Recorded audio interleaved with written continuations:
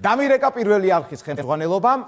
ბაჩო, შენ სახელზე რაღაც რეიტინგია მოსული, ამოდი ვერ გავერკვიეთ, ვერ დაგვაკვალიანო იქნებ რამე დაირათო. ავედი, დავაკვალიანე, ჩამოვედი. ჩამოვედი და ეზოში შემომხვდა დირექტორი. და მეუბნება. ბატონო ბაჩო.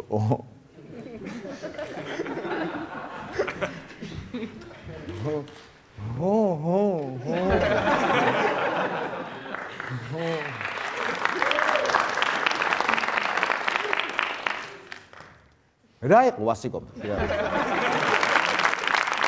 რა ხდებაო, გილოცავენო ეთერში გასვლასო? კი, ვასიკო მეუთხარი. ოღონდ სანამ ეზოში მნახავენ, მირეკავენ და ისე მილოცავენ მეთქი. არ დაიბნა. საერთოდ ასეთია რა, ვერ დააბნებ. ამიტომაც არის დირექტორი. ამოიღო ტელეფონი და მირეკავს. არც მე დავიბენი, ამიტომაც ვარ წამყვანი. და ვუპასუხე. ალო მეთქი. მე ხო ესე ვიცი რა. იმანაც ალო. ესე ცოდნია იმასაც კაცო.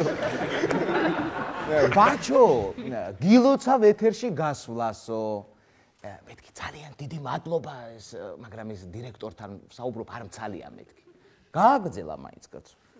მე ვთხარი არ ცალია ბიჭო. გააგრძელა მაინც. გააგრძელეთ ბატონო დირექტორი, გააგრძელეთ მეთქი. გააგრძელეთ, მაგრამ თქო, ეს ამბავი ასე ეზოში გასარჩევი არ არის. წამოდით კაბინეტში ავიდეთ მეთქი. წინაზე ხო იმან დამიბარა თავის კაბინეტში. ახლა მე დავიბარე. მაგრამ თვალებში ამოვიკითხე, რომ მას უფრო უკეთესი კაბინეტი აქვს. ავედით და მეუბნება. ძალიან მაგარი გადაცემა იყო. ძალიან მომეწონაო, ყოჩახო რა. ავნერვიულდი. ამ დროს პირველი მაინც უცფიქრობ ადამიანი რა. მაგრამ გააგრძელა კაცო.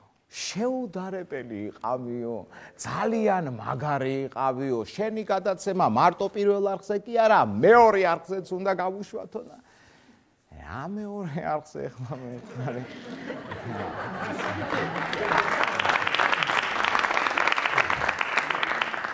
ეგრე ბარემ რადიოშიც გავუშვათ მეთქი.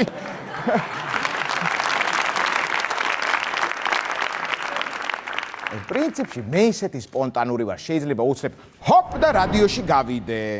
აი ასე მონტაჟურად გავქრი დირექტორის კაბინეტიდანაც.